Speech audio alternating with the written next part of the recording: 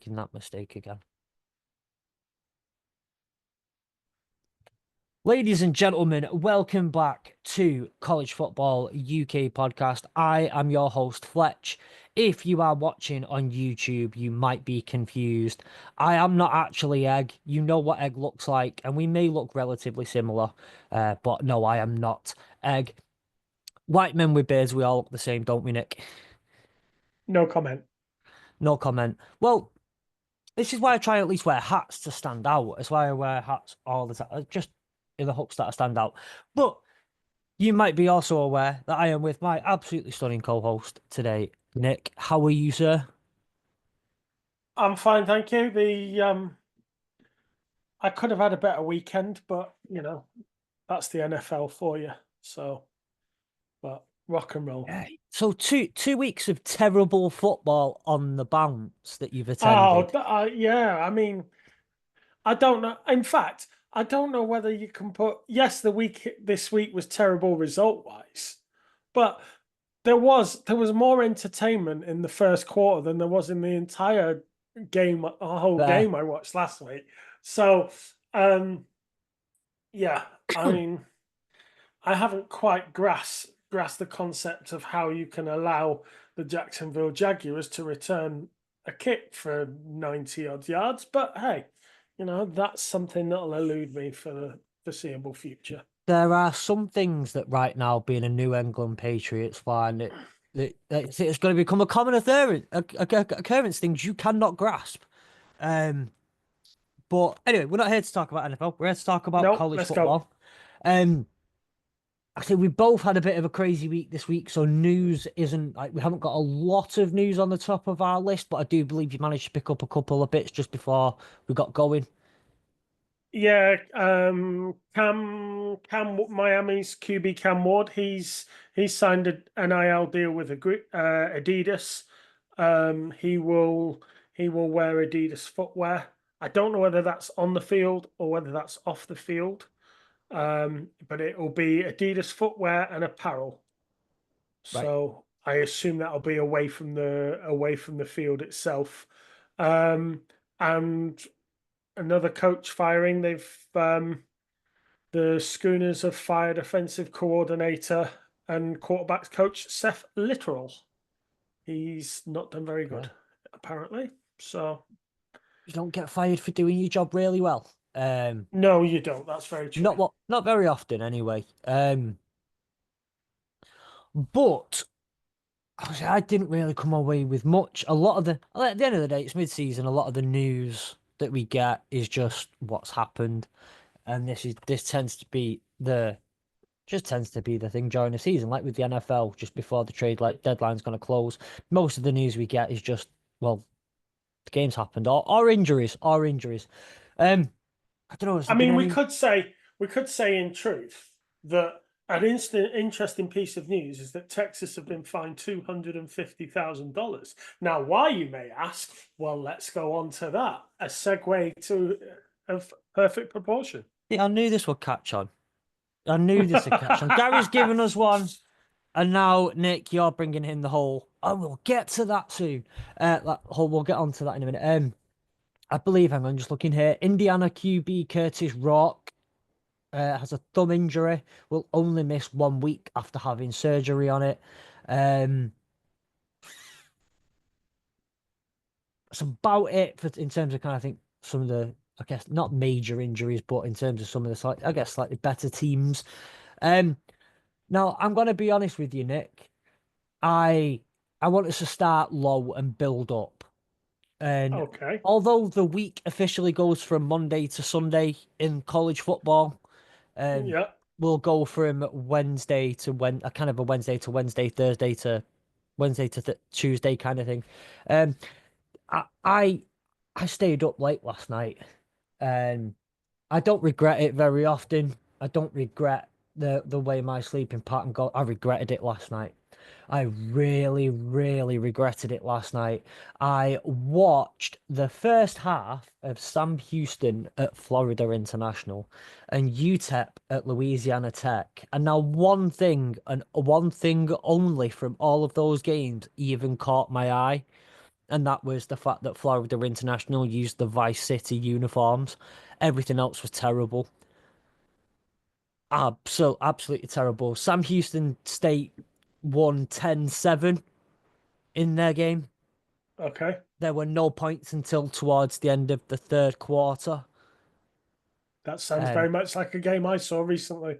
yeah, well, I think again I was watching it, and then I had UTEP Louisiana Tech on for a little bit. That was 7-7 at halftime, and then finished 14-10 in favor of Louisiana Tech. But like I said, the Sam Houston State one, I believe if I'm right, because I was kind of flicking between both and trying to watch a bit of NBA at the same time because my brain works this way and likes to do this kind of thing with a lot of stimulation.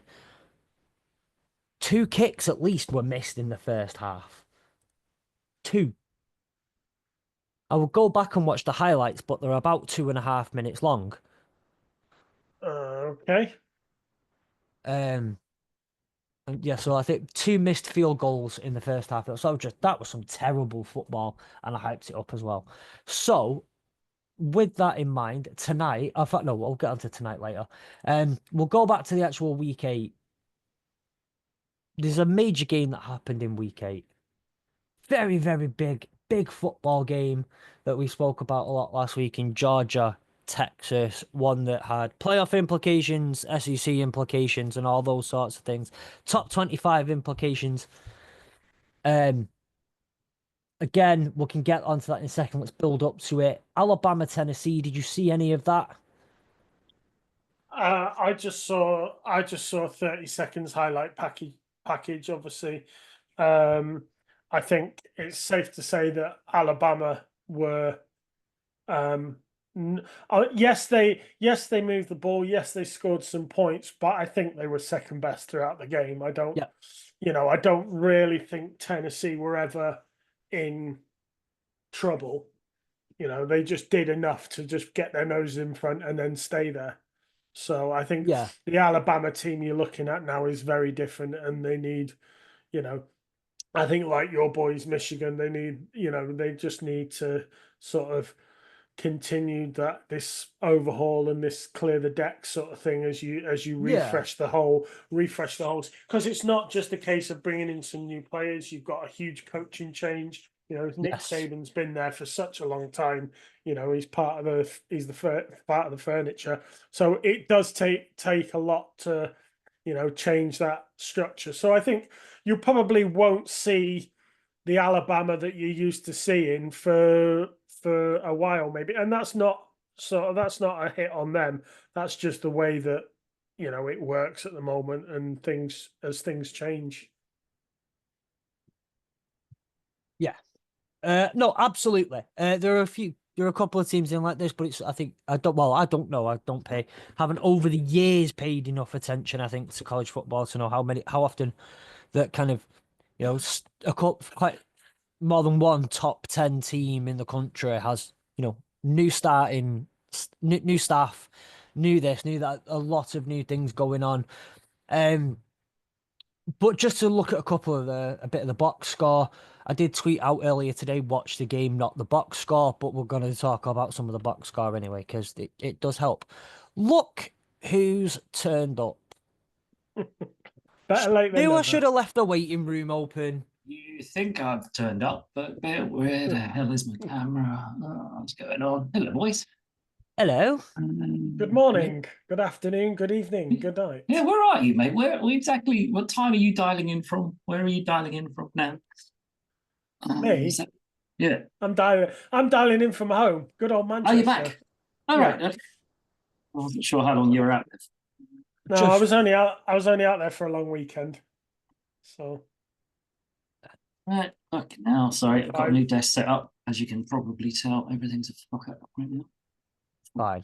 That's fine. You're not actually going. I should have probably checked whether or not we were live before I came on and started just screaming and shouting and swearing. No, it's fine. We thought just a bit easier on a night like tonight, just to kind of get cracking. And then, is that a Man United shirt in the background that I saw? Of course it is. Yeah, of course it is, mate. Yeah, of course. Look at that. Yeah. Oh, okay. I thought it was very similar to the one they had last season. Yeah, because they borrowed our 1980s special. Yeah, So that's just Adidas for you, isn't it? Um, But what I'm going to say, well, we're just on the Alabama-Tennessee game. We thought we'd wait for you for Georgia-Texas, obviously, Gary. We That's thought very kind of you. we'd get into the real stuff when you turned up. So, Says wearing an FSU shirt. Yeah. yeah, listen, all opinions from the bottom to the top are equally valid, Gary. A long way from the bottom. Jalen Milroe was 25 completions out of 45 attempts, 239 yards, one touchdown, two interceptions, and a quarterback rating of 65.3. They had a whole whopping 75 yards on the ground, which Jam Miller was the lead back on that one with 42 yards off 12 attempts. Ryan Williams and Jeremy Bernard, is it Jeremy? This is a very, very crap screen at the moment. 73 and 72 yards respectively in the air. Jalen Milroe also had a fumble, which was recovered by what a name. No, sorry. And yeah, Dylan Sampson. Sorry, let's try again. Then on the Tennessee side, sorry, Nico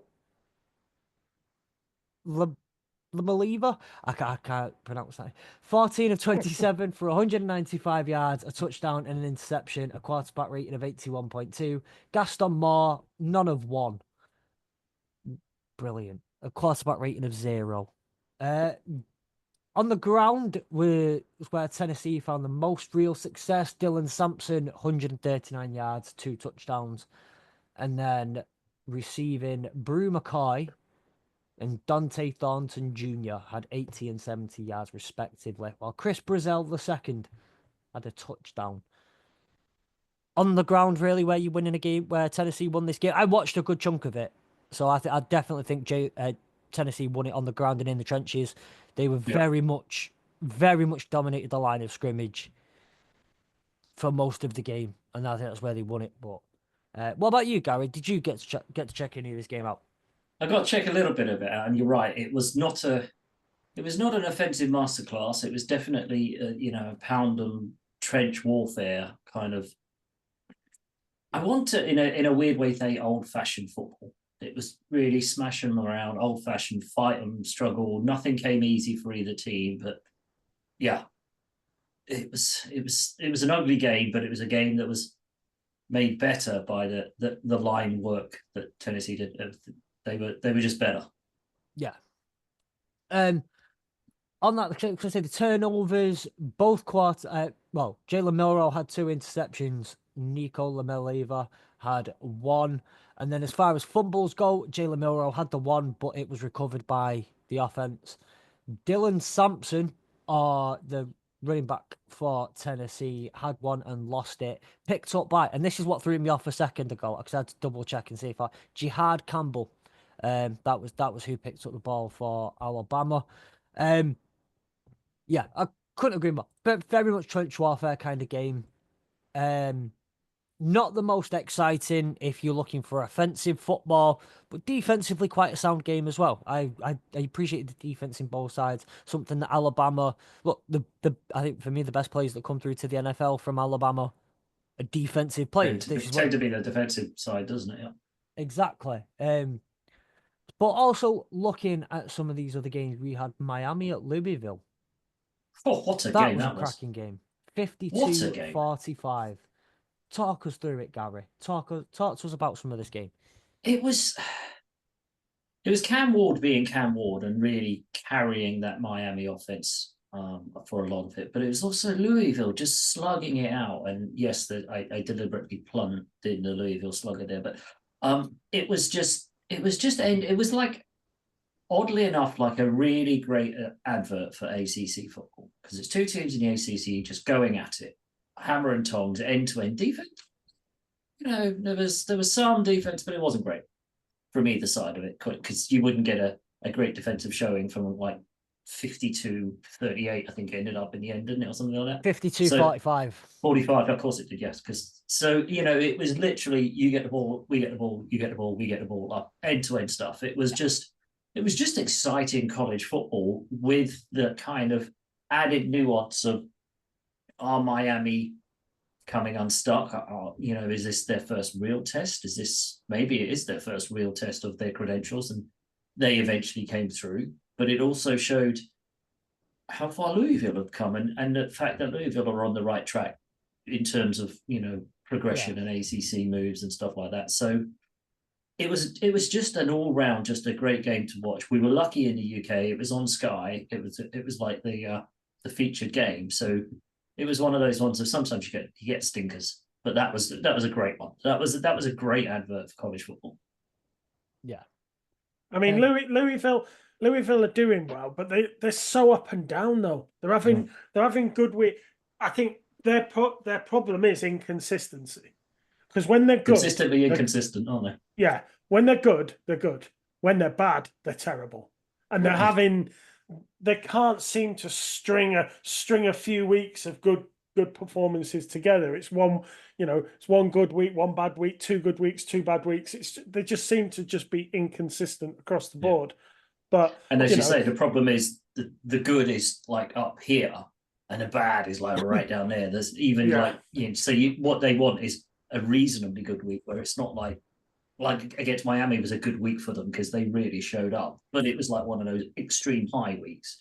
Next week they might be extremely bad and end up just like losing to, I was going to say Vanderbilt, but then that will lead us on to where we're going. But losing to somebody really that they shouldn't, like FSU. Well, thankfully he won't get the chance to do that this year. No. But I mean, I put Louisville in as my choice to win the ACC, so I've tried to keep an eye on some of their games, maybe a little bit more than I probably should have.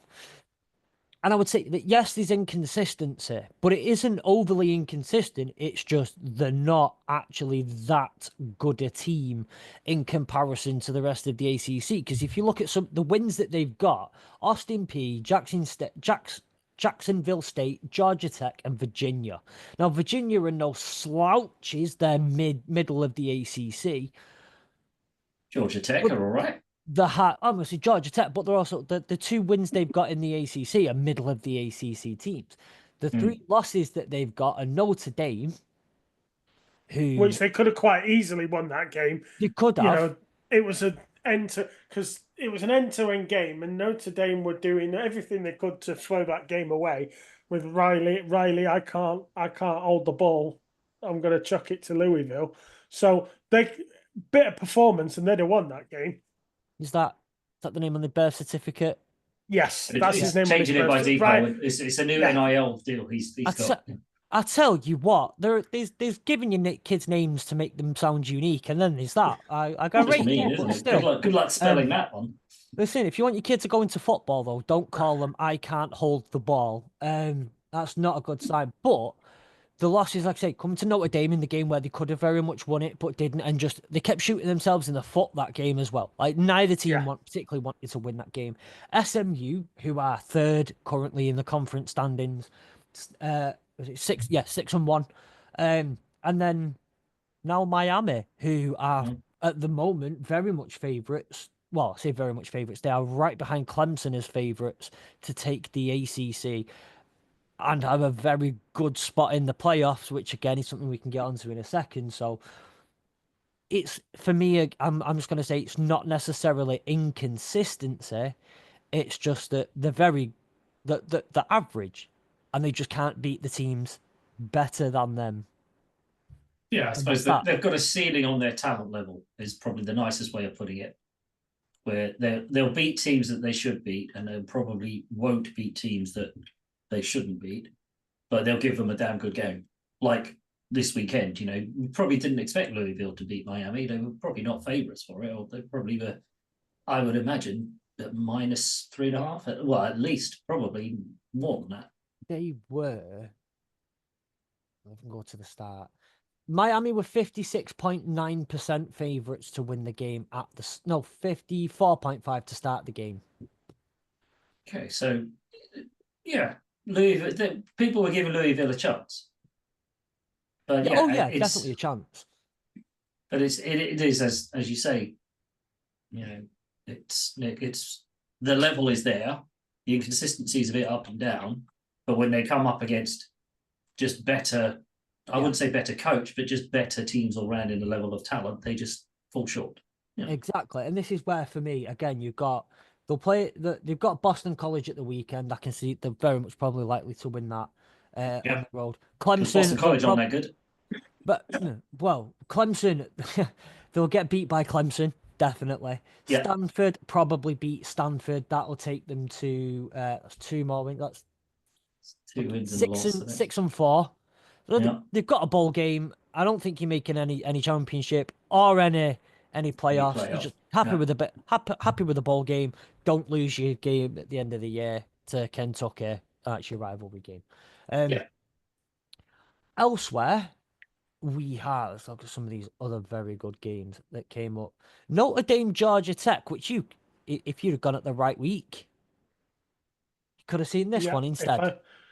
I could have instead of rather than gone and watch New England lose, I could have gone and watched Notre Dame win. So there you go. Me and my wrong weekends, but You really know how to pick them, Logan. Did you see much of that I game? do, yeah. Did you get any much of that? I know you probably didn't get to watch it live, but No, I mean I didn't see that game live. I had such an all over the place weekend this weekend. I managed to get Georgia versus Texas in on a delay.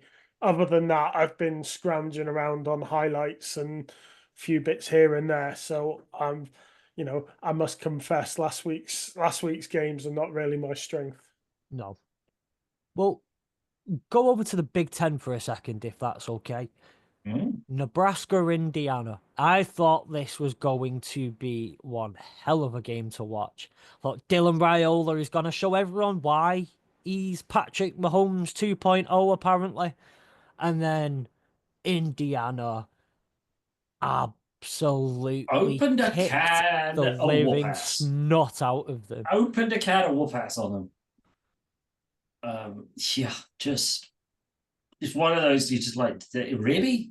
Those score lines you see and you kind of, or it flashes through like the score channel or the score, whatever you end up, and you have to flip over and watch it. You have to go and see what's going on there. You're like, hang on, that's not real. That's got to be the other way around type level of scoring. That sort of bizarre freak result that you don't see coming.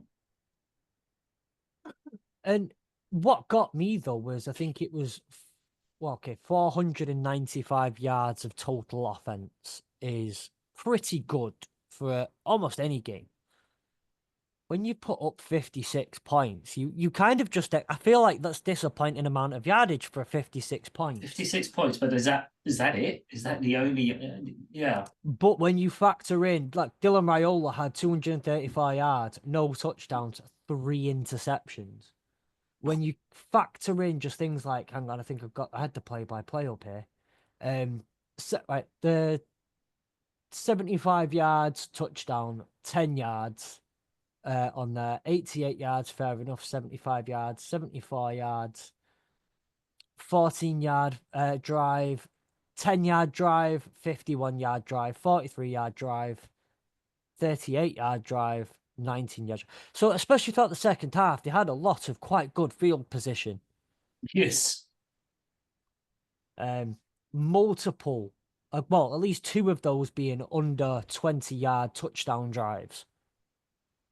It's just they just whooped them. They just all over just whooped them. And how many turnovers were there then? Were there like really bad turnovers or something? Or is that what we? I can get them up here. Turnovers. Must have been, right? Because Indiana had 1. Nebraska had 5 turnovers, 3 interceptions, 2 fumbles. I mean, turnovers are momentum killers anyway, but if they're intercepting them that close to the goal line, they're down that end all the time. You're never getting out. It explains why those drives were just like, oh, great, we got a 10-yard quick one-pip pass and out because.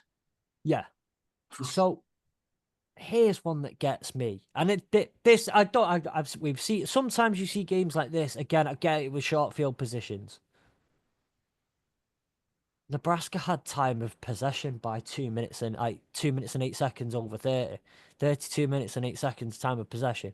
How you can lose by that much and not have and still have time of possession? Still had the ball more than the other team.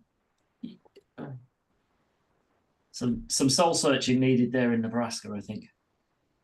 Little bit. And look, Dylan Raiola is a freshman. Look, he's only going to grow. He's going to have one of those games, right? It's always likely that one of those games happens.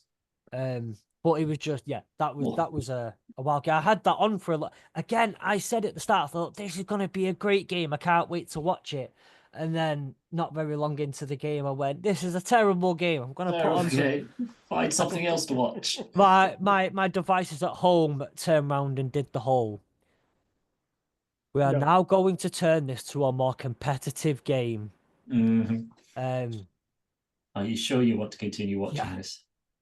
BYU beat Oklahoma State. BYU's resurgence continues. Loving that BYU are back in the frame, but it wasn't an easy win by any stretch of the imaginations. No. It was a little tight towards the end. But Ollie Gordon, right? And this is my thing. Before the season, I know everyone was quite high on Ashton Jeanty anyway. But everyone wanted to see Ollie Gordon. Ollie Gordon was going to be the back that everybody wanted to see. He was the one where it was, I think when I said the joke about how nobody's watching Oklahoma State internationally, we all said, but they've got Ollie Gordon, so we're going to know who he is. And has it felt to you like, I just feel like I've not heard Ollie Gordon's name enough?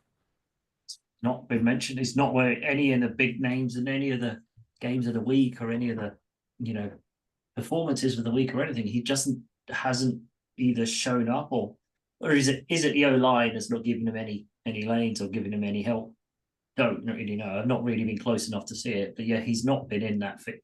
Or is it that Ashton Jeanty's just getting all the headlines because he is tearing it up and everything? It's like is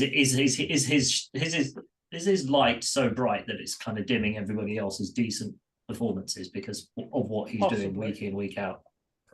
I mean, that's a very fair point. Yeah, I think the other thing is, while Ollie Gordon's not sort of like light, Ashton Jeanty is lighting the way for everybody.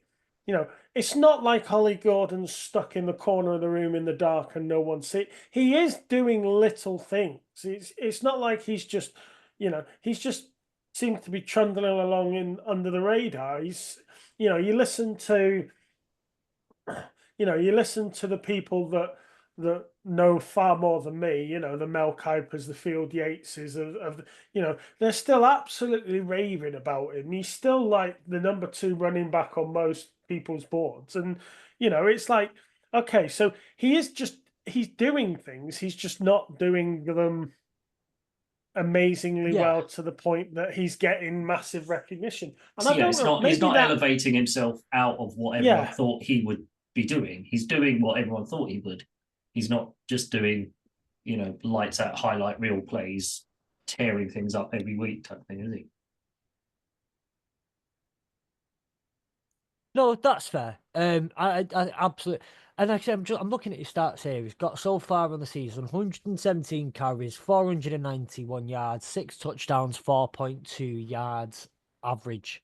And then, does it give me his air yards? No, it doesn't. It's not bad. That's not bad, is it? Yeah.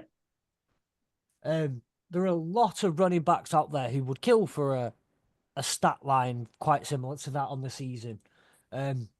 So I think it's an absolutely fair point, though, that Ashton Jeanty might just be that step ahead because he's still on pace to beat the Barry Sanders record, isn't he? He's currently slightly ahead after 6-7 games. That's just Barry Sanders. That's insane. I mean, that just shows the kind of season he's having and how above and beyond it is, because that's a record that you would never think anyone would ever get anywhere near. No, and look, it's one that I am following quite closely because, well, it pertains to my favorite football player of all time. I mean, you look at someone like Saquon Barkley. When Saquon Barkley came into the NFL, he was by far and away the best running back, and but he got nowhere near Sanders' record. Yeah. And he was top 10 pick and whatever Consensus else number can, one right the way through, wasn't it? Everyone, the best player in yeah, the and draft obviously wasn't he picked got number one. nowhere near. So, you know, The fact I that think Genty's even in the same conversation as it is just madness. on the flip side of the coin, though, if you have that kind of year and you come into the NFL having broken that record and that sort of thing, Oh, how much tread have you got left on the tire when you hit the and what's the professional pressure? What's the game? pressure on you? You'll always be referred to as that running back, right? The one that took that Yeah. record from Barry Sanders. I mean, and then if you're doing that well, you go to a team that has no offensive line and you get absolutely battered day in, day out every time you put your pads on. And then, oof. but the argument there comes into the running back position is so devalued in the NFL. And you look at last season's draft, the fact that, the first two running backs off the board didn't go until the end of day 2. That was Blake Corum went second, and I can't remember who it was who went first. But It's Blake Michigan Corum guy, went wasn't it? No, yeah, Blake that Corum was was the Blake Michigan. Corum. Yeah. Because he went to the Rams. He went to the But I Rams, can't and remember who everyone went thought he was just going to the before him. Chargers, wasn't Um, it? Didn't Benson go to Cardinals? trying to remember. I don't think he was before Corum, was he? What was it? Here we go. There was Marshawn Lloyd went 88th overall. Blake Corum went 83rd. Actually, I don't think Blake Corum was the first off the board. No, Trey Benson. Gareth. Called it. I called it. I said Benson went to the Cardinal. I said he went there. I must have missed that bit. But yeah, Trey Benson The only highlight of FSU I can talk about this season, so just let me take it. Yeah, we had a good player last year. Yeah, Don't get me wrong. We had lots of good players last year. We had 13 of them that went in the draft. That's why we're so bad. Well, to be fair, like you say about Michigan, we do have a couple of players who are still tipped to do really, really well. Just no fucking quarterback or coaching. Anyway, not the point. Or signals. Oh. I went there. Really sorry, yes, Gary's having connection issues. Sorry, can't hear me. Oh, I just accidentally clicked push out the room. Exit, kick out, kick. No, but like I said, with no running backs going in the first 2 rounds, and then the first running back going towards start of the 3rd round, next 2 going towards the end of the 3rd round, and then like the year before, 2 running backs went in the 1st round, Bijan Robinson and Jahmyr Gibbs, but both of them people kind of went A. I mean, maybe not Bijan Robinson, but especially Jahmyr Gibbs going, like 2 going. Jahmyr Gibbs was an odd one, yeah. Especially with the way the Lions did it, with kind of trading up and back and down, and then still taking him anyway. Everyone was like, "The frick have you just done?" I think that was more what the Lions did rather than Gibbs. Yeah, well, this is for anyone, like, this will be mentioned on Heard All the Line at some point, but just like, well, who's laughing now? But the running back position is so devalued in the NFL. Will Ashton Jeanty even go that soon in the draft? After having a year like this, will he go so soon? Because maybe his team doesn't want to take a top 15 pick on a running back with a lot of tread on the tires, or maybe he does go to a better team with a better O line. And I think he'll go second half of the 1st round. I don't. If he carries on like this, yeah. Because I said this on our text chain this week. For the first time in NFL history, a cornerback is going to go number 1. Yeah. Whether it be if Travis Hunter turns on and says, "I'm playing cornerback," he will go number 1. If he doesn't and he wants to play wide receiver, Will Johnson will go number 1. But I guarantee you, one of those 2 goes number 1, because the cornerback position is so strong, and with Johnson and Hunter and Morrison, those. It's this year's draft class, isn't it? There's so many good ones in that. And I think if you look at it and say, right, okay, you've got maybe 3 corners, 2 wide receivers, at least 1 defensive tackle, an offensive tackle. you're already well into your hitting number 10, so he's certainly not going Plus all in the the, top 10. and that's ignoring the teams that are going to be QB needy and will take QBs way higher than they probably would be needed to take. You had 3 QBs at least in that, so I think you're probably talking second half of the first 19th, round. 20th, somewhere in there. He's probably going to be coming up on the board, and when you get down there, those teams are going to look at it and go, it's too good a player to not take. If they're into best player available mode by that point, you take him, because he'll upskill and uplift any team's running back room. Well, so why would you not? Let's have a little look then, right? And I know we're only 7 games into the season for most, like for teams that haven't had a bye week yet and all that sort of stuff in the NFL. But let's have a little look real quick at that current market, and per tankathon, I'll go with the wild card round losers area of the draft, right? Yeah. Right now we've got Seattle. Don't need a running back. Seattle, Indianapolis. In 20. Could be. Denver. Could be. I think they could be in the market for a running back. Denver definitely will be in the market for a decent running back. Falcons. No. The Bears. I think they could be looking for one. I don't think DeAndre Swift's it. I know DeAndre Swift isn't it. He isn't. He just isn't. It's proving that this year.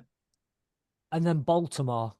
Because they need another run. They need another running back, don't they? Yeah. So you look at that and you think, well, there's a couple of teams there you can rule out. You're going to rule out the Falcons, aren't you? Because they've got a two-headed beast at the running back position. You're going to rule out Baltimore. You're going to rule out Seattle because they've got 2 really good running backs too. So there are a couple of teams. Indianapolis is an interesting one because Taylor's got to be literally on his last legs, and their committee room behind him is Trey Sermon.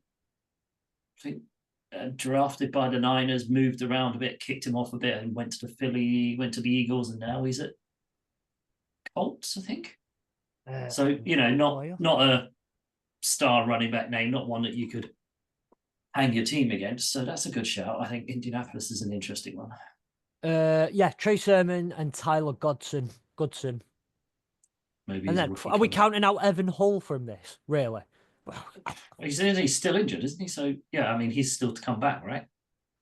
No. I don't know. He doesn't say on IR. But yeah, so I think that for me is that where I'm looking at Ashton Jeanty, if that's where you think he's going to go, those are the teams that right now would potentially be in the market for him. Obviously, you've got just about any team will have picks after that if they want to trade up and get him, but they'd be the teams right now in the slots where you'd be looking to see Ashton Jeanty go. Because one thing you don't count out, can't count out when looking at drafts is trades and people moving around. There. Can't imagine if Indianapolis are in that position right now, they won't be using whatever trade capital they might have to go out of there. Yeah, no, absolutely. So I think the most important thing to do right now, let's get on to the big one. We're going to have to, right? We're going to have to. I think we've gone too long without talking about it. Florida beating Kentucky. I mean, geez, what a result. No, that's not the one he means. It was he wants to talk about the derby, Central Michigan versus Eastern Michigan. I highlighted that last week. I said, that's a derby game, Central Michigan, East, and these two are probably the better 2 performing Michigan teams. The 2 teams in Michigan with form. You got to watch them. So, I think he was talking more Western Michigan Buffalo, though, wasn't he? That was a cracking game. 89 points in that game. So, anyhow, if my rude co-host, Troy at South Alabama. South Alabama taking away a 25-9 win. How much of this did we all watch? Because I'll be honest, whatsoever. Absolutely fucking none whatsoever. Yeah, none whatsoever. No, the UK fan didn't see it. Wasn't even aware that it was actually playing. So I I picked up on there was a couple of games that I did watch towards actually in that late window. I watched a little bit of no wait, that wasn't that late. I watched a bit of the UCF game, the UCF Iowa State, because well, we got to scout next year's Dublin Dublin attendance. Did watch a little bit of, I think at one point, no, I didn't put on SMU stamp. I did put on a bit of Kansas State and West Virginia as well for the same reason. Both of which, by the way, our future Dublin teams got wins this weekend. Mm-hmm. Had And LSU Arkansas on. And you know who Kansas State play this week, don't you? Kansas. They played Kansas versus Kansas State. Another derby. A derby of Kansas Derby. A lot of derbies this weekend, I think. But you do know who Kansas State played last game of the season on rivalry weekend? Surely Iowa State. Iowa State. Yeah, Kansas Iowa State. So that'll be their last game of the regular season and the first game of next year's regular season. Oh, what a double header. I think so. Again, if you're in the UK and you're waiting to potentially go and see what this game in Dublin's going to be like, of course players are going to leave for the draft, transfer portal's going to happen, all that, recruiting's going to happen, all that sort of stuff. But that's the game we're getting. Last game of the season. Definitely check it out. But, come on, get into it. Let's go. Was only Georgia, one game Texas. Georgia, number 5 ranked Georgia faced number 1 ranked Texas. What a game. What a showing by the Bulldogs. Yes. Sorry, what a showing by the Bulldogs defense. My God, that Georgia defense turned up for that game. Smothered Texas from the off.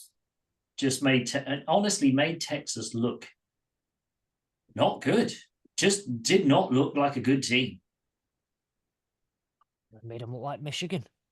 I wouldn't go. But, no, I was kind of impressed that they managed to turn impressed that they managed to turn the game around and sort of claw some sort of dignity back at one point, because you did wonder how bad it was going to get. You did wonder that, and I didn't. The scoreline flatters Texas because it wasn't really as close as the scoreline seems to suggest.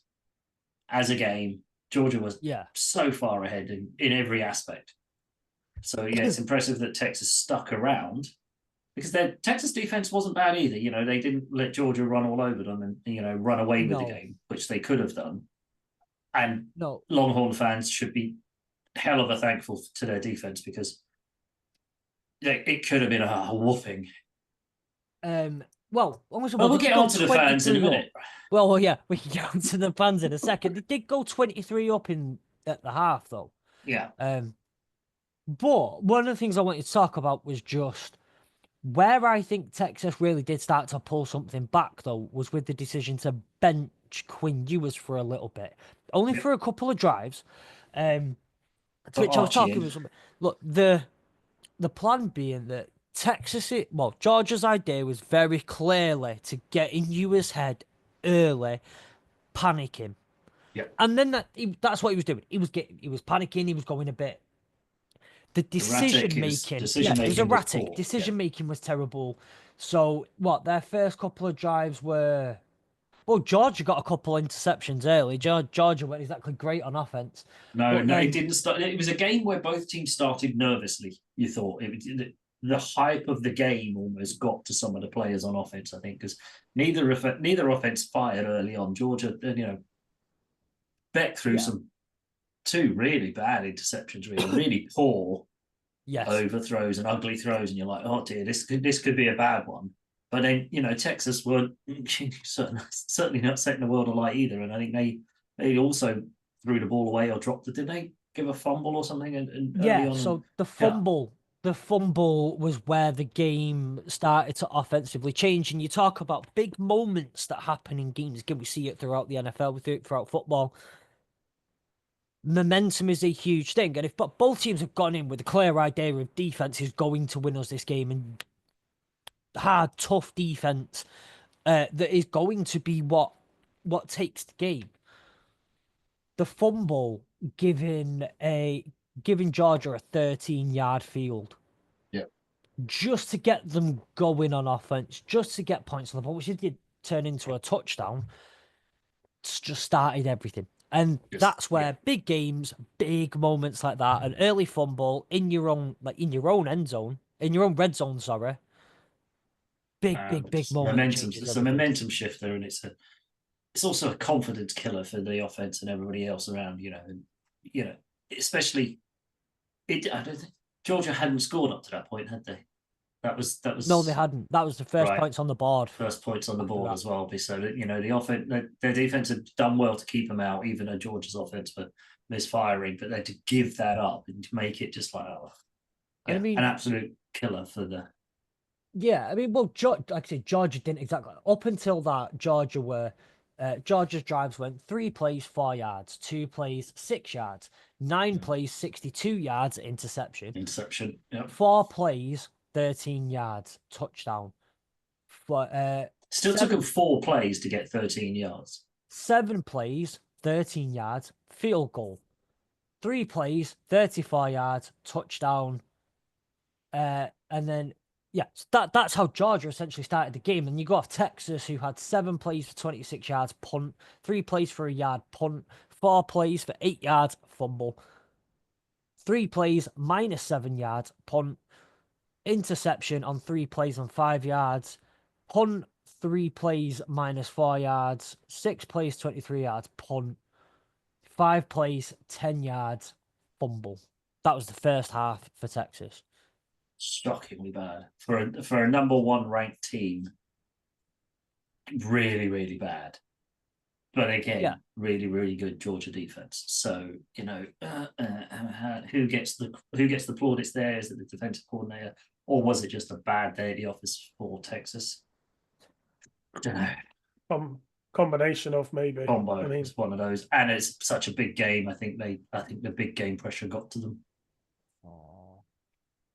So it's at this point that you start to see those superstars start to stick out. I mean, we were just talking, a few minutes ago about Ashton Gentry, but you look at on that Georgia defense, Jalen Walker is all kinds of beast, at edge, and he's not gonna be on the board long in April. I mean, he's a junior, so I suppose he could choose not to go in the draft. But if he comes in the draft, he might make a bit of money. Yeah, if he comes in the draft, he's making a lot of money in his first signing because he's going top 5, top 10 easy. Top 10, definitely. Yeah. But just saying on that's 5 turnovers in the first half on both sides. And you talk again, both teams are praised for their offense and how good they are offensively. Granted, defense, absolutely, but offense also is what they're praised for. But there were 5 turnovers. But, gentlemen, I'd like to take us to the second half and a turnover that happened in the second half. Are we ready to... Controversial, should we say? A controversial turnover. Well. Where do you want to start? First of all, so I'm going to set this up. So I'm watching this game, right? I've got it on my. I've got 3 screens here. I've got my main TV. I've got my computer, second then my laptop. So I'm watching. Look, Georgia Texas takes front and center. Main TV, main screen, biggest screen. I had LSU Arkansas on at the time, and then I had UCF Iowa State there. 3 games at the same time, and I got no audio on any of them. Just kind of listening and talking to friends as it's happening. So I was a bit bewildered as to the whole thing because I couldn't hear half the commentary team at this one. Gary, what happened? So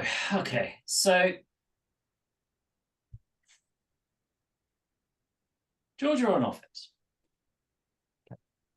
Okay. And there's a call. There's a pass to the sideline that's picked off, gone back to the other way. Pick 6, everyone goes absolutely mental. Flag flies on the play. And they call it defensive. I think they actually called it defensive holding. So it wasn't DPI. I think they called defensive holding. Can't quite remember now, but I think it was defensive holding they called. Right. and negated the pick six. And everyone's like, oh, that's a shame. What a great play. Shame, blah, flag, whatever. And I think that might have been it. People had just gone, okay, flag, held, whatever, got a break on the receiver, fine, whatever. It was a play. He was obviously done something a little bit outside the rules and got away with it, or tried to get away with it, didn't, got flagged for it. What then happened was big screens in the stadium then showed the replay of the flag defense. Yeah. And it was clearly obvious that it was a bad call. It was a wide receiver who'd run 7 or 8 yards, ran into the defender, extended his arms, pushed the defender. So if you really want, it's offensive pass interference. Here we go. I see how well have I actually explained this so far, but it was clearly offensive pass interference. Yeah.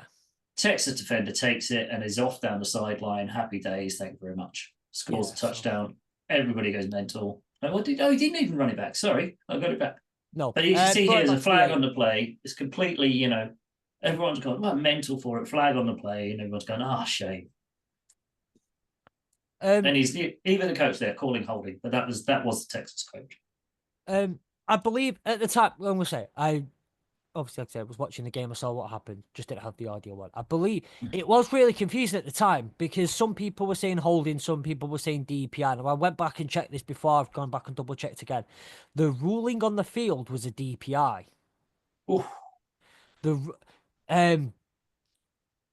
And again, I remember it. The only reason I remember it because I do. Well, I don't lie, but I do kind of misrepresent the whole truth.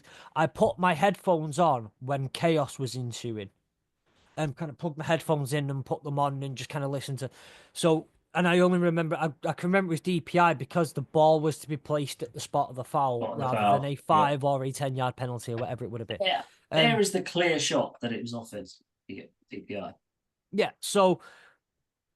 Again, you see the play happen. The first thing I did was go, "What? What's the flag?" And obviously, when you're hearing the words like holding, you're thinking, "Well, clearly I've missed something. Maybe it's on the D line, or maybe it's on it's on the other side of the field, and it's one of those Exactly. random calls that really shouldn't affect anything." Yeah, exactly. But you're beating yourself up. Your DB's beating himself up for it afterwards, or your D lineman's beating himself up for it afterwards because he's negated a big play. Silly boy. Yeah. But again, you look at going, but where? Because clearly it's not where the interception has taken place. Because No. that's not a thing. That looks like, again, like you say, if anyone's going to get called PI, that should have been on offense. But even then, I don't think it was an offensive PI. I think it was just, as should be on just about every offensive play like that. They were hands in. They were trying to beat Let them each play. other. Let them play. Yeah. They're trying to beat each other at the end of the day. So then, like you say, the chaos then ensued. The chaos that then ensued was with the Texas fans throwing stuff onto the field, the play then having to be stopped, and then the referees having a discussion. The referees then having a discussion Yeah. to review it, to determine that actually there was no flag on the play. It's a perfectly good interception, and it should be a Texas ball. Yeah. Now, the correct decision was reached. First of all, that was the correct decision. The issue I think we have, everybody on the network has, everybody in the NCAA has, pretty much everybody who's seen this. The only problem with the fact that it took them 15 minutes to reach that decision, and did they only get the conference and did they only talk about it because a section of the crowd in the Texas stadium, and it was the student section, let's be honest, it was the student section area, basically emptied everything they had in their hands, pockets, and all around them onto the field of play. Bottles, glasses, plastic things, everything that was close to hand that could be thrown was thrown into the corner of the field, which, as you say, Fletch, forced the referees, forced the umpires, pull the game off, put the game on hold. It's a really bad precedence to set. Yeah, I'm not going to sit. I'm not going to sit here and defend the fans, but it shouldn't take all those fans throwing stuff for the referees to realise they've dropped a bollock. Correct. It shouldn't get to that point. At some point, they should have realised way before then, we might have got this wrong. And unfortunately, it took to that point for them to decide. It took that big screen replay and the fans to go, whoa, for the refs to go, oh, have we got something wrong? And that's not how it should be. You shouldn't be refereeing in hindsight or refereeing with the crowd noise going, making you go, oh, should we look at that again? Because they've just made a big ooh sound. That shouldn't be the indication. That shouldn't be the reason to kind of go back and review it. I mean, we've said it before. I'm sure we'll say it again. There should be, replay options. It's not like these games aren't covered with enough network television, whatever else, to have some form of eye in the sky, head refereeing kind of in the radio going, lads, might have got that one wrong. You might want to have a chat about that before it goes on to the replay scheme, before it goes any wider than that, before the fans get to see it. Well, is it? I mean, I'm seeing here from who was it now? Is it the CFB report? CFB report saying like, well, this is what like these PI calls should be reviewable. These should be challengeable, reviewable calls. And I don't know. I don't know if I'm just missing something. I thought they were reviewable. I thought you could throw a challenge flag and say I don't agree. Maybe because it's a judgment call. Yeah, I think that's the thing. I don't think they are reviewable because it's judgment.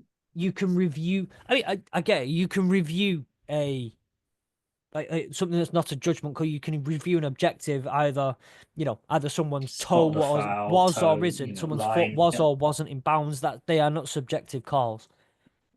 But what is and isn't pass interference is generally subjective. So, but if that's the case, then do you make them reviewable? But then it's a subjective case. So how do you review that? Because let's face it, let's go back a week when you've got Ohio State and Oregon. You've got a call there you've got a potential thing there where the rule has ended up being changed. For updates, that rule has been changed. I think something like the 12th man. If you have 12 men on the field now, after the 2-minute one or after 5 minutes, it doesn't no time gets taken off the clock, etc. There's no time run off yet. Yeah. But how do you go put it to a point where it's challengeable, and what do you do when it's when you challenge a play that's who arbitrarily decides? Because if you challenge a PI call, it has to go to an independent reviewer. Right? It can't be reviewed by those guys on the field because they've already made their decision. They said it was or wasn't. So it has to go to this independent third party, right? If you like. So it'd have to be an in the booth kind of not on the field kind of referee. But you would have to then have that same referee at every other game doing the same thing for every other play to have a level of consistency.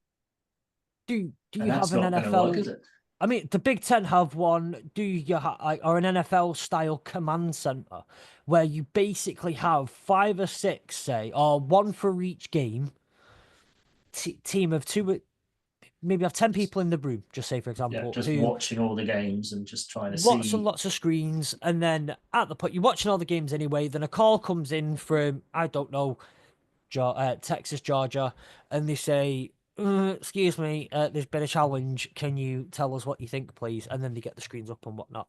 But like you say, the problem comes in because I think when you look at certain ones like this, is just the whole, when you overturn it, what is it? The whole, there has to be enough evidence to overturn. Like VAR over here, it has to be a clear and obvious error, right? And how do you say it's a clear and obvious error on a subjectionable, whatever the word is, you know what I mean? But subjectionable call in the first place. So you can't. It's it's your opinion. Was that interference or not? How can that be clear and obvious?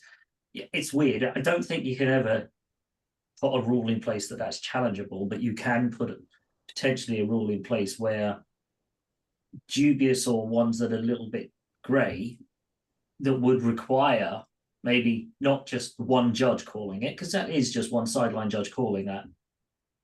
Get the guys together, have a quick look at it. They should be able to say, guys, you might want to just have a review. We're not saying it's wrong or right, but have get together and have a look and see if you all agree. Type person or type ability to do that. You have one of them. 3 people sat in a booth with a sign in the stadium.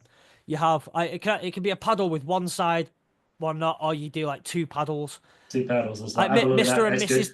Mr. and Mrs. Paddle game. Just go buy one. 2 greens are fine. Yeah. Yeah. You have like a Mr. and Mrs. Game type thing where one goes, but if it's a DPI, you raise that one. Not a DP, not a PI. Raise that one, and then you look and you go 2 out of 3 say it's not right. Fine. Put a curtain between them all so they can't look at each other or confer between themselves, and then 2, majority wins. Majority takes that one home. Problem with that is that you'll have somebody reading the signs, won't you, and videoing them and trying to copy them.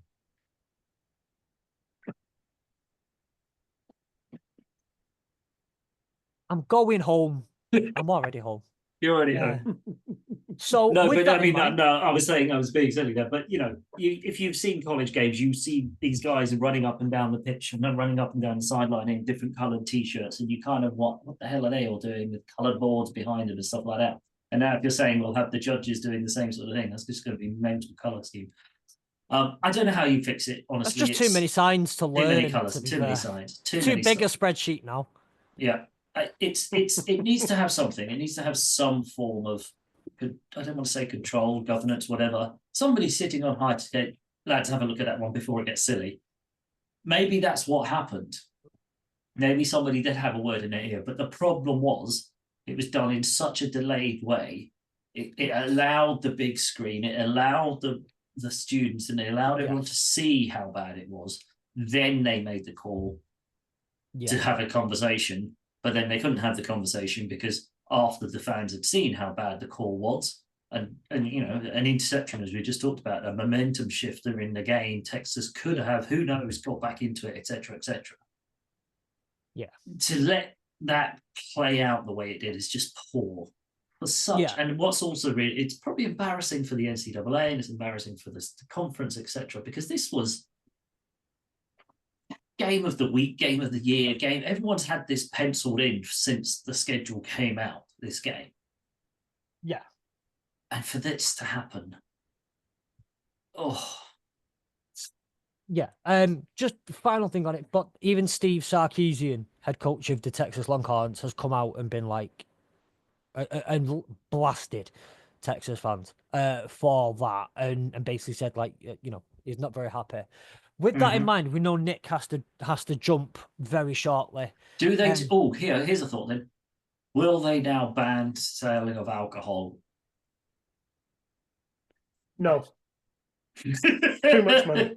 Way too much money in there. Too much business. I know, but the $250,000 they got fined probably was very much less than the money they made in alcohol. They looked at all those glasses that they threw back on the field and they went, great, we don't have to repay them their $2 sort of glass fee either now, right? All that Matthew McConaughey probably fronted some of that for it. Yeah, he's just dropped it. One thing before we go as well, I saw a video not long after the game. Did anybody see the Texas mascot go after the Bulldogs?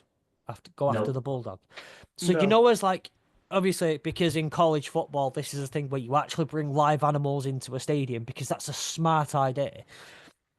Well, they have the Longhorn. They have the Longhorn in the stadium in like, what can only be described as those short security fences that come up to about your hip. That you just kind of chain link onto each other. The really terrible, flimsy ones. Well, they had them surrounding this Longhorn. And Georgia brought the little bulldog. onto the pitch as well. The bulldog walks past the cow, and for some reason that little flimsy security fence did not hold the cow as it tried to charge at the bulldog.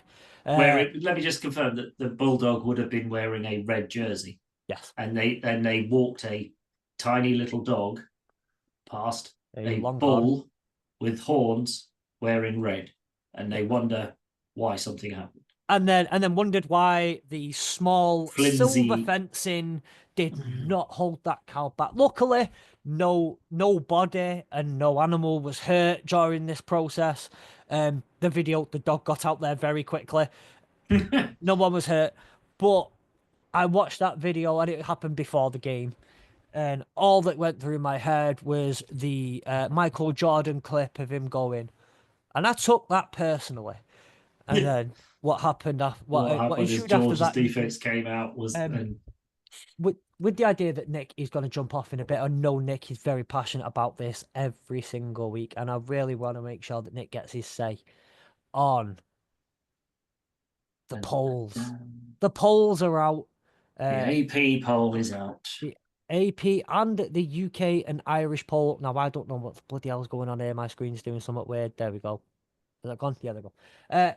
So, the AP poll, I'm going to try and just blast through a couple of the quick facts. After being number one for a few weeks, Texas has dropped all the way down to 4. Georgia has bumped up 3 spots. Dumped all the way down to 5. Dropped 4 spots. Bullshit. Georgia has jumped up 3 to 2nd place. Tennessee have jumped up 4 places. Alabama have dropped 8. Nope. Okay, just waiting for the heckle. No, I think it's fine. I think that's a fair drop for Alabama, to be honest. They're the big ones. Giggity. Nicholas. Over to you. Stage is yours. Yes. Stage is yours. One defeat doesn't make a bad team. You know, Oregon deserved to be top of the board, 7-0. No problems with that. You know, Georgia as beating the number 1 team. Yes, they deserve to be number. Texas should be number 3. You can't tell me that Penn State are better than Texas, despite the fact that Texas have lost the game. So Texas should be number 3. Penn State should be 4. Ohio State should be 5. Miami should be 6. Tennessee, LSU, Clemson, you know, they could all be, you know, as wherever. But right? LSU have done nothing spectacular all year. Neither have Clemson. But why? So why do they get ahead of Iowa State and BYU, who are, you know, playing out? I mean, you said yourself, Gary, BYU are playing out of their skin. So absolutely. why do 3 teams that haven't done, you know, anything superstarish deserve to be above them? You know, even, you know, Notre Dame at 12, they probably are about where they deserve to be. And that Notre Dame, that Clemson, LSU, you know, shut up. So Texas A&M, probably about where it's just that sort of like in the AP poll, that's sort of like top half. I don't agree how they've done it. I can't see how Pittsburgh, who are still 6-0, are so low down. Yep. So how much credit do Army and Navy get? Should they be higher up? Nowhere near enough. Nowhere near enough.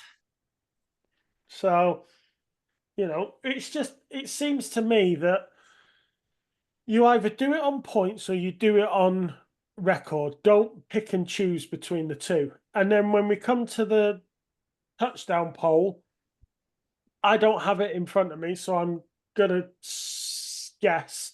But if I remember correctly, they had Texas A&M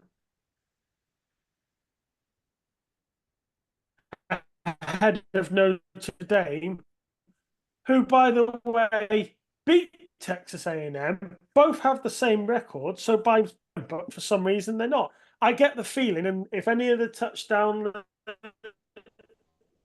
you know, are you struggling with this one, Fletch? Listening, yeah. Call me out and tell me I'm wrong. But I do feel in that poll there's a little personal. I don't like that one as hard. Nick, So Nick, you sorry. sound Nick, like you've a gone Dalek, very buddy. weird. Your Yes. audio went very weird. Sorry. I'm gonna go now anyway. I've said my bit. Okay. You have.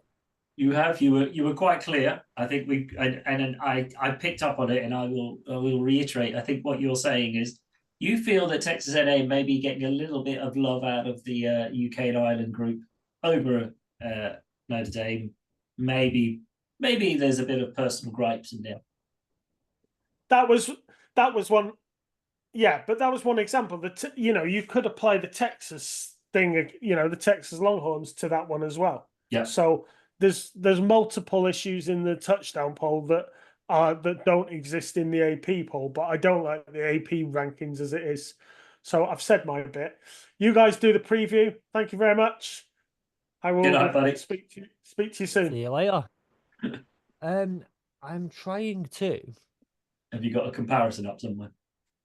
No, this is really, really weird. I do have the touchdown NFL up because they only released a graphic instead, didn't they, this week? Yeah, Rather than where is it? Hang on, I think, but my Twitter's being weird. about your Twitter being weird, mate. That's the worst thing you could possibly say. No, top 25 voters. So I was gonna try and share. I was gonna try and share the screen with the thing. Right, which one do you want? This week's week The 8 UK top and Ireland one? 25. Yeah. Hang on, let me get it. I got it. My Google share Drive is screen. not logged in. For some reason, it's booted me out my Google Drive on this computer. Right, so there we go. There is the top 25 UK and Ireland screen. There we go. So Appreciate it. Thank you. no worries. Like I said, I did send it through my Professionalism as Google always, Drive, right? so it should have been on here anyway. But my Google Drive booted me out. I don't know why. Everyone else just listening to me talk about tech problems. It's not important. Yeah, that's if you are on the YouTube, then this is the top 25. If not, then head down to the Touchdown NFL on Twitter, or follow us on Twitter as well. Actually, but we've shared it as well. What do you think, Gary? I think it might be my fault that Ohio State is out of the top 5 because I was very not nice about them this week. No, I don't dispute Ohio State. Not do I? I don't know. It is where Nick goes in. You look at that and you think, Penn State, should they really be third? And for those not watching and not seeing the graphic, I'll run through it quickly. Oregon at 1, Georgia at 2, Penn State 3, University of Miami 4, Longhorns have dropped to 5, Ohio State 6, Volunteers 7, Clemson 8, 9th, Iowa State, and 10 BYU, as Nick just mentioned. Probably too low. Indiana at 11, LSU 12, Texas A&M at 13. Just ahead of Notre Dame at 14, Alabama Roll Tide down there at 15, and the Crimson Tide 16, Pitt State 17, Kansas State 18. This is where it starts to get interesting. It's Iowa. Why are they still in it? Interesting enough. Army at 19, Boise State 20, Missouri at 21. As Illinois, that's where I knew I was going to get that one wrong somehow. Navy at 22, 23's got SMU, Old Miss at 24, and Vanderbilt making their entrance to the top 25 for the UK and Ireland squad. Yeah, so 1 and 2 I got no problems with. I got no problems with 1 and 2. More appearances in the UK and Irish college football media top 25 rankings than they have goalposts. Brilliant stuff. You love to see it. What we love to see. What do you think, Gary? No, what do you think? Are you happy with these? I mean, look, I reckon, and this is where I get it every week when we vote. Anything after 15 for me is a bit like anything can happen. It's a bit of a crapshoot down there. However you feel in that moment is how I tend to vote. Yeah. It could change 10 minutes later. You could go back in it and go, oh, actually, I would have rather put them somewhere else. Yeah. Totally get it. Top 15 is where you're kind of in and out. I do think Army and Navy are being hard done by. I think they probably should be higher up because it is, everyone's going to be like, well, they haven't played anyone. They don't, and going back to what Nick said in our old argument, they played everyone in front of them and they beat everyone in front of them. They should be higher up than that. And they've done it well. They've done it well. They've not been in trouble. I don't think Missouri should be that high up. I know they've just had a bounce back win, but I think they're being in there because of their pre-season rankings, I think, is where Yeah. the Tigers are still in there. And that's probably where Nick was getting at in the AP poll on those 7, 8, 9, 10 areas. A lot of Yeah. pre-season ranking where everyone was thinking Tennessee, Clemson, LSU would be there and thereabouts. So they're biased in their thought process rather than looking at it from a how good are those teams. So I don't really think Clemson and LSU should be, well, Clemson definitely should not be above Iowa State and should not be above BYU. Well, I'm going to throw it out there. And I actually might have not really, when I voted, so I had a bit of a change of heart on Monday, and obviously the voting when we do it Closed at 4 p.m. Yep. closes on Monday. I think it was Monday night that I had a bit of a change of heart, and I kind of sat back to myself and I thought about the things that Nick said. Mm-hmm.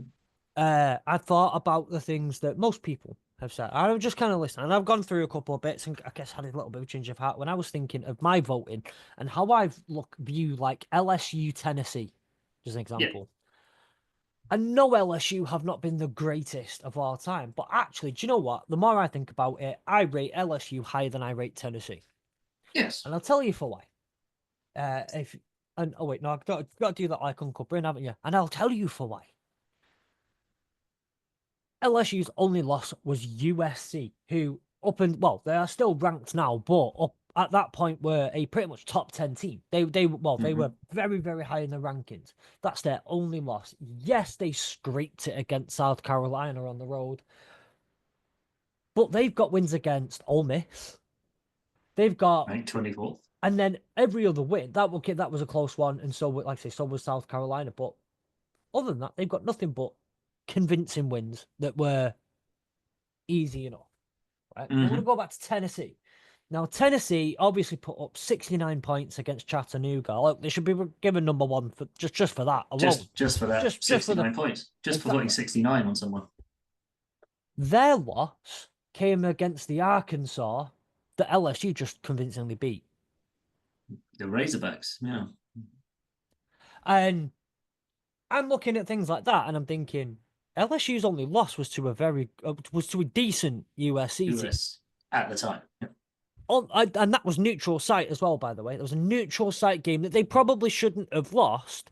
And let's face it, the thoughts at the end were USC probably shouldn't have won it, and LSU gave that game up. Where take whatever argument you want. Yeah. But they are ranked below the team that lost to the team that they just beat convincingly. I don't know. I'm looking at little things like that, and I think as this is my first time doing anything like this, I've never really bothered to do anything top 25 before. I've thought, oh, they're really good, but other than that, yeah. I've never really bothered with the top 25. This was my first thing, and now I'm like kind of realizing halfway through, am I doing something slightly? Maybe my thought process is slightly flawed. And I think you're right. I think with us, as this is the first time that we've been lucky enough to be part of this sort of process, I think initially it's like first one you go, all right, I think this is there, I think that team's there and that team's there, and that's it. And then you start to delve into it, you go, actually, no, because that team just beat that team, and that team just lost to that team, and that team actually beat the other team. So they really, as you just say, Tennessee and LSU should probably be flipped on the basis of who they've played and strength of schedule. Yeah. And then you can understand why and how the AP poll is always such a contentious, difficult thing to kind of go, and people look at it and go, how have you put them there? Because you see it, all you look at is that instantaneous go 1 to 25. You don't go, how are they in 7th? They've got 2 losses. And then you go, okay, their 2 losses are against those teams and those teams. Oh, hang on, that team just hammered that team. And that matrix underneath is sometimes lost. So, yeah, exactly. I get, and I'm guilty of it as well. You get there and go, oh, I've got to do the poll on Monday. And you kind of go, right there, 1, 2, 3, 4, 5, 6, 7, 8, 9, 10. And 15 is a bit like, oh, yeah, they beat them. They just had a win. But then after 15, it does become a bit of a crapshoot. You look at it going, oh, who teams are still in and where they should be in. And you don't think that sort of layered approach too much. Yeah. And I think And it gives me a whole new sort of appreciation of the difficulties of that AP poll, but it also kind of highlights how stupid that AP poll is as well, as a way of ranking something so important. Because without taking away from the young athletes and the sport and whatever else, an awful lot of money changes hands on the results and the impacts of these things. Yeah. So the fact that it's still done by a random committee of sort of sports writers and is kind of put together and not sanity checked, if you like, it's just kind of, send your votes in, we'll tally them up, and that will be it. I get it's tradition, I get it's weird, I get it's always been that way, but it does start to feel a little amateur. Well, aren't we starting? I think this is a good time to ask the question, though. We're at a really interesting point in college football where we're saying, is tradition really the way we want to carry on? Is tradition and the way we've always done things the right way, a good reason to carry things on? And doing it. I'm going to give away, this got to be a bit of a personal thing. I'm going to give you an insight into my, how I view life in general. I think tradition is a terrible reason. I don't like tradition being a reason to do something because it's always been done. I think it's a slippery slope to very, very bad things. Very. In my professional life as an IT security project manager, doing things the same way because you've always done them that way is not a good idea. And we could go down a very political avenue. We could go down a very this avenue and that avenue with this conversation, and we're not going to. I'm just saying, for me, I hate the thought that tradition is one thing and it's nice, but also it's a bad, that should not be the reason you continue to do something. And we're at that point in college. We're saying a lot right now. Well, just because we've always done it this way doesn't mean it was the right way to do it. We don't always agree that that's the best way to go forward. Maybe this is a point where we do, but also, and I'm going to say something again that's going to make me sound evil at this point. Could make me sound extreme, almost like a dictator. And I don't care. Maybe we could tater at the end. I'm gonna say maybe we could just drop the tater, but everyone thought that anyway. Everyone was thinking it. I look at some people and I think, right, it's these writers. It's their opinion, which fine. Everyone's entitled to an opinion. Opinions are like assholes. Everyone has one, and yours stinks. But it's an opinion, and me and you could have fundamentally different reasons for what we think and believe is a good thing in football and a bad thing in football, and why we put someone somewhere, and so we might value the strength of the performance, the strength of the win, the various different things that we could value. My vote is equal to your vote. We have the equal vote, and this is the same in life. And you look at some stupid people out there and think, Jesus, our vote is equal. And I don't think that's fair sometimes. Either way, this is the thing with the AP poll, is this is meant to be like a collection and a combination of hundreds of opinions being like, well, we can't just go with one guy's opinion who thinks one way. We can't go with another guy's. This is a way to share everybody's opinion and do it. Yeah. In a way, it's in a way that feels like everybody's opinion's equal, similar to a democratic vote, where even the stupid people get a say. An equal say. An equal say. I just eventually found the AP poll just as a comparison to the one we've got.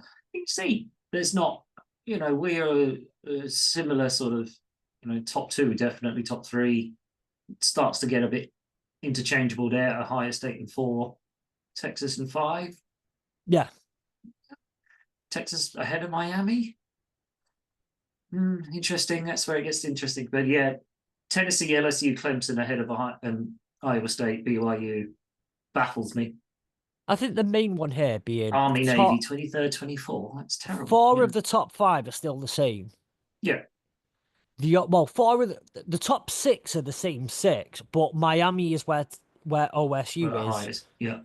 And vice versa. So the AP have OSU at 4. The UK and Irish CFB media have Miami at 4. That'd be the main difference. Obviously, once you get to Once you obviously, start delving in, it gets a bit messier, doesn't and when it? you say, and this again, another reason why I think actually maybe this is partly me being wrong about LSU is we have LSU in 12 in comparison to AP having LSU at Eight. 8. Yeah. Clemson, we have Clemson higher, we have ISU higher, BYU higher. So Notre Dame are higher in. Oh, just a in bit, it. yeah. It's but we have Army and Navy slightly higher. We don't have Boise State as high. There's interesting nuances as you get lower down there. But it's good to see that we don't. The UK and Irish CFB media have their own thoughts processes, which, as you say, it's based around opinions. It's based on thought processes. It's based on how we feel at the time and whatever else. So the fact that it's not like for like is a good thing, because we don't want to just be, sheep, if you like, in following the rules and having the same thought processes. And it breeds conversations, if nothing else, right? We're all talking about it, we're all thinking about it, we're all wondering, is it too high, is it too low? It's still early. I mean, it's what, week 8, week 9. Where are we? Week 9 now, right? Yeah. Well, we just played week 8. Just so finished this week is 8, starting week 9. So, it's starting to really take shape. It's starting to become more important now, these AP polls, because they're starting to build now. You're starting to think of teams for the playoffs. You're starting to think of seedings. You're starting to think of, stuff like that. So these start to take on much more effect, much more impact. So there's 6 weeks left of the season. 6 regular season games left. 6 regular season weeks left. So I'm only saying that because I think I just unless I go. This weekend. Really? 9, Yep. 10, 11, So 12, we've got 13. the 26th, the 2nd, the 9th, the 16th, the 23rd, and then the 30th. That's 6 which weeks is rivalry week. Which is rivalry week on the 30th. But there's 5 games left though, right? Because everyone's played. No, yeah. Wait, everyone will have a bye week, and this is why I was a bit confused there because some I'm of these looking at teams have played a LSU. bye, haven't they? No, I'm looking Have at had their bye Tennessee, and I'm week. thinking there's 5 games there, but there's 6 weeks left. What's going on? Yeah, everyone will have at least one bye week between now and then. So, like, Tennessee have a bye week this weekend, which I think is a good time, just looking at the time, to get onto this week. So some teams will have a bye week. Are there any games this weekend that we've been spoiled the past few weeks, Gary? Really spoiled. I think it's a down week, isn't it, for games? I don't want to say a down week. I don't think there's Feels any. That way. It feels after this week. This week was always like the moving week, if you like, the one that could make changes and could have impacts and stuff like that. So I think Boise State UNLV is going to be interesting, because obviously UNLV had an interesting start. That should be an interesting early game. Always a fun game, and it's normally very, very heavily favoured towards Notre Dame. But with the streak that Navy are on right now, Notre Dame Navy should be quite fun. Yeah, that's one. Yeah, well, obviously we've got the Florida and Miami. Not really looking forward to that one. I mean, it's a rivalry and whatever else. But look, you look at some of these rivalry games as well. Like, not every rivalry weekend game is the only rivalry game they have. Look at the Red River rivalry last week. You look at certain other games that are taking place. There's a few derbies taking place, and you say what you want about Michigan. Michigan versus Michigan State is always a tasty game. Can go anyway, and will always be a hot game. Do you think Vanderbilt could do it again? Because that Texas team, after everything that's just happened, after a bad loss, go into Vanderbilt. Because that's how. I don't see why. Well, I do see why they can't, but I don't see it as an impossible task. It's not impossible, and don't forget they're at home again. Yeah. Now, bear in mind, they're going to have to find a goalpost. I was gonna say, now this might be the second lot of goalposts that get out of that stadium this week if they're not careful. But they're playing a high level of football. Javia's got on 1,391 yards, 11 touchdowns, 1 interception. He's also the lead in rusher, which is interesting. Do we think Texas throw Archie Manning at this one? Just give. No, No, I you don't don't. think? I Do you don't think they think give so. Cam Ewers a week off after what happened? No. Quick. Well, the draft's coming up. He needs as much tape as he can get on. They want to make sure they continue. I don't think Arch Manning right now gives them the best chance of winning. No, And what they not need right right now. now No, is the best chance of win. They can't afford to lose one more game. no. Not with the way Then the they're SEC is definitely out lining with it, up. aren't they? Yeah. I believe, by the LSU way, Texas A&M though, right? LSU Texas yeah, A&M looks a tasty one. I believe, by the way, just a stat I read before. This is the first time since 2007 that there's no unbeaten teams in the SEC by the end of Wait, October. Going into that's November, crazy. there'll be no unbeaten teams. That is crazy because usually there's always that's the there's always an unbeaten team almost in each conference, isn't there? So did you say LSU A&M? Yeah, That's going to be a good one. yeah. I'd very much look forward to that one, and I want to see how Nussmeier carries on. And after what I feel like I've done in disrespecting LSU, I'd like to see how they carry on Yeah. and get going. Brian Kelly has turned. People were calling for Brian Kelly's head at the start of the season, It's bizarre. and I was one of them who said that after that game, well, maybe Brian Kelly's not cut. Maybe not the best man for the job, but they've gone on the run that they have. But A&M, did they expect to be there in that position? They've kind of punched above, haven't they? They've over accepted themselves a little. Bowling Green Toledo, I think, will be an interesting one because I think Bowling Green, just looking outside of the big ones, but Bowling Green and Toledo, Bowling Green have been doing really well, and I know your Rockets, you're keeping an eye on them, so I think that's an interesting one to just Yes. tickle your fancy late on, just like slightly lower down. Yeah, there's a couple of interesting little niggly ones. BYU UCF. And UCF played a very, very good game at the weekend. Um, I would say I watched a good chunk of that UCF Iowa State, and that was a brilliant game. BYU should I've got them to absolute. BYU will win 10 that game. points, I don't see easy. BYU losing that game, but I can see UCF giving them a run for the money in the Big 12. Yeah, Oregon, Illinois excites me a bit. I yeah. can't Do you lie. think it? You look at it and you think could be tighter than the 20th place first. I just feel Yeah. it's going to be tighter than that, isn't it? Yeah. Well, Oregon have been very good. Dylan Gabriel is very good. I like Dylan Gabriel. I said this last week. There was something about Dylan Gabriel that I enjoy watching. I really find him enjoyable to watch. But they aren't blowing teams away. They're No. doing enough to win a lot of these games, and I think that's how they're going to continue going forward. So I would always expect their games to, even if they win, I expect them to be close. I just expect Mhm. it from them.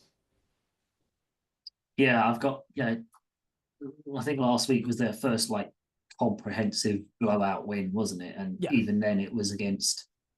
Wasn't even against anybody. It was Purdue. Yeah, it's not yeah. even. Who? Yeah, so it's not like a ranked team or anything. So yeah, it's a statement game almost for Oregon to prove. It's a prove it game. It's up against a Yeah. ranked team. They should go. They should win it. So do they Okay. go out and? So there's a So couple, but then none of them are like. Oh, I mean, must Oregon watch. State, UCLA, and Michigan State. It's like they beat them by 2 or more scores. Fair enough. Yeah. But what I will say on that is, okay, maybe I was slightly wrong in the wording that I've used, but they weren't. Oregon didn't look like a number one seed team in those games, and they looked good. And again, said what I said about Dylan Gabriel. Don't think that just from last week. I think that from every week. Dylan Gabriel Mhm. is a fun watch, but they, yeah, in my just my they haven't looked overly convincing in those wins. They haven't. No. Obviously the Ohio State, look, you can't take from that what you will. Maybe beating Ohio State makes you look more convincing or gives you the feeling that you're more convincing. But this should Yeah. be a damn good test for them. It's only the second game they have as it stands this season against ranked opposition. Yeah. Michigan, obviously, in a week, but they are no But they longer won't be ranked. ranked. They won't be ranked. Or they'll be ranked bad. Yeah. Um, So yeah, there's a couple of tasty games, but there's nothing that makes yeah. you kind of go, oh. like there was this week. There were games this week that were just all games. Well, But yeah, I think you're right. That Navy Notre Dame, that is probably the we game of the week. kind of felt that way about the week before last. So when we had the Red River rivalry and we had Georgia, Alabama, and we had like a lot that game that was just like the please. Like, if you have a fall wedding, nobody's turning up weekend that everyone was. Yeah, don't book a wedding this weekend, guys. The weekend before that, everyone thought was like, well, it's just a precursor. It turned out to be I reckon, in some ways, better weekend. The better weekend. But yeah, you're absolutely right. I think, so I'm just hoping. This almost feels like an after the Lord Mayor's show sort of weekend, isn't it? We've had like the big ones. Okay, everyone take a bit of a breath, recover, get ready for Thanksgiving, get ready for the next big. And look, again, I don't want to compare too much to the NFL, but I think we were starting to look at the whole. Like in the NFL now, we're at the position where October football, mid-October football, towards the end of October, you start to see who teams are at early October, and then you see who teams really are and who really has it towards the end of October. And I think this is again the point where you get to with college football is you're starting to hit your harder games. You've had a couple of your more in a bit. Yeah, exactly. So I think now is just a case of right. Well, we see who's for real and who's not. No. Yeah, and as you say, there's only 5 weeks left of games. Some teams have only got five games left this season to prove it, get to a bowl, do it. Deliver. Pressure starts to mount now. You're past the halfway point. You've got to be thinking, are you bowl eligible? Are you conference eligible? Are you even in the playoff picture yet? Are you still in? Are you still out? This is where the pressure really starts to kick in now. So This is where, even though the games as we're looking at going, none of them are like last week's. Doesn't matter to the players out there. They're all going to be playing for those. Are we in the slot? Those teams that are in the AP poll, if you look at 12 to 16, right? Just outside the playoff. But a run, couple of wins, could push them into that top 12, could make them playoff contenders, could give them a shot at the national championship. Because all you need to be is you've got to be in it, because then it's a knockout, and who knows, right? Yeah, anything can happen in knockout football. So love this time. Exactly. So any given Saturday or any given Sunday or whatever day of the bloody week, because there's football every bloody football day. Every day for the actually there's 35 days left of non-stop football or something. I can't wait. Speaking of that, right? I told everybody earlier, I didn't tell you, Gary, because you weren't here yet. I watched the football last night. I watched FIU, Sam Houston State, and I also watched a bit of the Miami Vice Bowl, wasn't it? It was Louisiana Tech, UTEP. And can I say that just the best bit about all night was the Miami Vice, the Vice City jerseys. Everything else was bloody terrible. The punt return. Oh my gosh, it was sickening. So tonight, what are they dishing up for us tonight? Liberty. Oh, the Owls are facing the mighty winless Kennesaw State. Liberty, just to confirm, with the longest running continuous winning record in FBS football right now. Yeah, that's exact Liberty. And the mighty winless Owls are going to be the ones who end it. It's written in the stars. I tell a lie. They're going to get the backsides kicked and may not make the spread. Kicked up and down the state of Georgia, I think I want to say. It is Georgia. It is Georgia. In the wonderful city or town of Kennesaw, Georgia.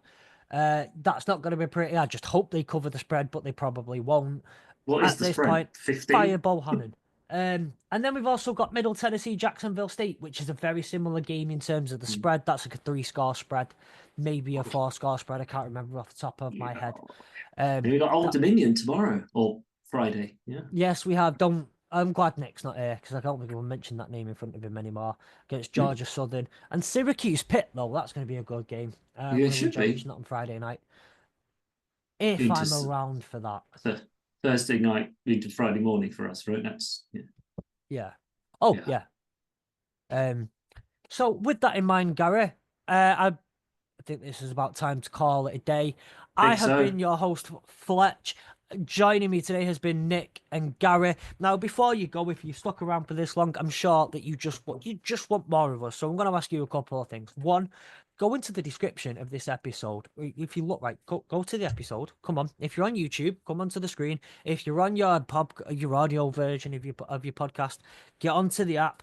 In the bottom, there's a description. Click see more. Do the same on YouTube. And in the bottom, you'll find things like the AAW Facebook, the AAW Twitter, the AAW Instagram, the AAW TikTok, because I'm on. We're doing TikToks now. I'm doing TikToks now. You are. You've been putting the hours in. You've been putting the hours in. I really have. Listen, you can't fault me for this. There's one thing I you can, can't. But can't fault you for the effort. Listen, I've been practicing the dances and everything. Oh, no, I'm not putting them out yet, but please. I haven't. I didn't just know your wife sent me the I tell you what. I've seen it. I've got the outtakes. I'm gonna set up like a buy me a coffee or something. If anyone wants to, just send us some money through buy me a coffee, and I'll do TikTok dances for money. I will be a non-family friendly word for. I will be a for money. Oh dear. With that in mind, go in there. But also, we have a Discord, and if you are listening to this again, if you are still listening to this, go to our Discord because on Saturday at 5 p.m. GMT, we're gonna try and do a bit of a college football watch party. Some of us, Gary, you are obviously more than welcome. I will be in there, and hopefully a couple others will be too. We're gonna put some college football on. Or maybe do you know what? You don't even have to put college football on yourself. We'll be describing it for you. Right? We will be watching some college football. I'll have a couple of games on, a couple of everyone else will have different games on, and we'll just talk about it as it happens. Let's have some fun. Let's enjoy ourselves. What have we got at 5 o'clock then? So the early 5 o'clock, isn't it? Early kickoffs. I'll put them out on social media. I'll put out Nebraska Ohio State. We'll have to watch the Ohio State game for you, right? I know you're. No. Okay. We'll be watching the Navy. We'll be watching the Navy game. Okay. Yeah, I'll put out social media posts with some of the ones at 5 o'clock on. But look, I'll tell you which ones. Put a social media poll out which game we should watch at 5 o'clock. Yeah. Okay. We'll which one we can all put on together. So yeah, we'll do that, and hopefully we'll see you Saturday. So come join us in the comments. Come talk to us. We're more than willing. We need more people. Gary just wants the attention. I just want the community. Gary just wants the attention. I'm just an attention whore. I purposely didn't say the word. But you led me there. You